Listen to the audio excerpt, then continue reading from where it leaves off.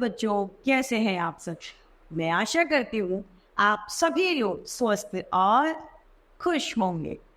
आज हम हमारा पाठ वाक्य विचार को पढ़ेंगे और समझेंगे। वाक्य विचार जिस तरीके से हम शब्दों को निरर्थक और सार्थक शब्दों में बांटते हैं, इसी तरीके से वाक्य भी सही और गलत होते हैं। वाक्यों को क्रमशः लिखना और उनका एक निर्धारित अर्थ निकलना ही सही वाक्य कहलाता है। तो आइए इस वाक्य विचार पाठ को पढ़ते और समझते हैं। यह है हमारा पाठ 4 वाक्य विचार।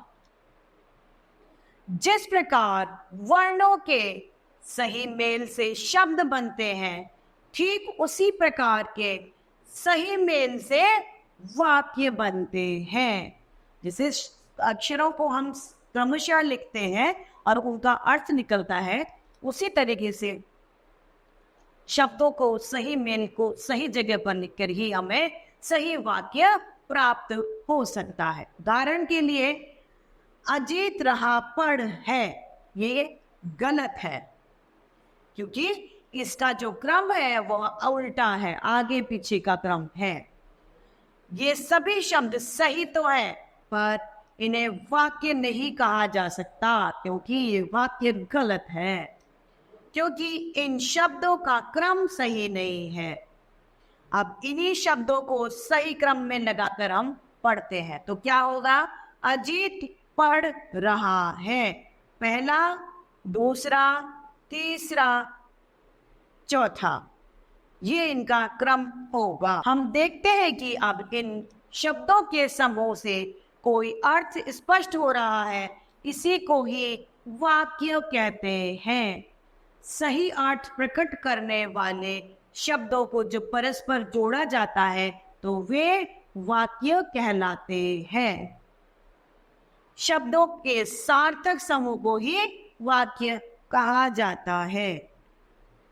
अब उदाहरण दिया गया है, प्रिया लिख रही है, तो प्रिया लिख रही है, इसको जोड़कर लिख दिया तो यह एक सार्थक शब्द है और यह एक सार्थक वाक्य भी कहलाएगा क्योंकि इस पूरे वाक्य का मतलब समझ में आ रहा है।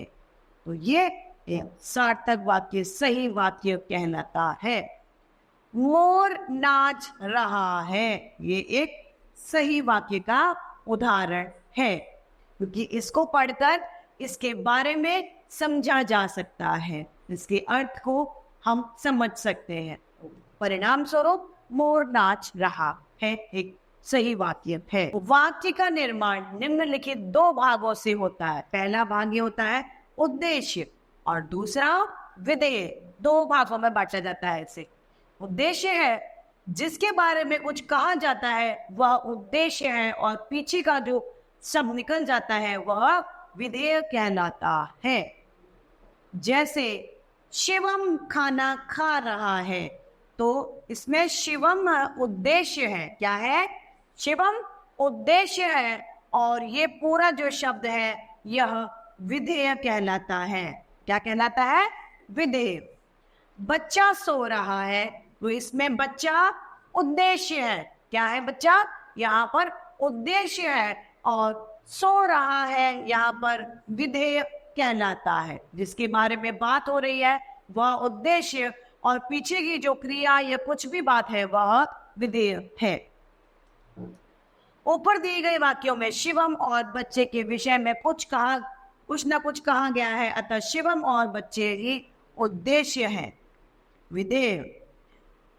विधेय उद्देश्य के बारे में जो कुछ कहा जाए उसे विधेय कहते हैं, अर्थात उद्देश्य को छोड़कर वाक्य का शेष भाग विधेय कहलाता है। उदाहरण के लिए, अनु नाच रही है, तो अनु उद्देश्य है यहाँ पर और नाच रही है विधेय है। क्या है?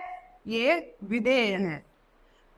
यश गाना गा रहा है, तो यश यहाँ पर उद्देश्य है और गाना गा रहा है यहाँ पर विधेय हो जाएगा। इन वाक्यों में नाच रही है और गाना गा रहा है यहाँ पर विधेय कहलाएगा, क्योंकि ये किसी के बारे में हमें कुछ बता रहे हैं। जिस व्यक्ति की बात हो रही है वह उद्देश्य है, और पीछे की जो शब्द रह गए हैं वह विधेय में गिने जाते हैं। यह हमने सीखा है कि शब्दों के उस समूह को जिसका कोई अर्थ होता है उसे वाक्य कहते हैं। वाक्य में जिसके बारे में कुछ कहा जाए ऐसे उसे उद्देश्य कहते हैं। उद्देश्य के बारे में जो कुछ कहा जाए उसे विधेय कहते हैं। तो इस तरीके से बच्चों हमारा पाठ वाक्य विचार समाप्त होता है। मैं आशा करती हूँ आप सभी को वाक्य विचार पाठ भली भांति रूप से समझ में आया होगा। तो आज के लिए इतना ही, फिर मिलते हैं। धन्यवाद।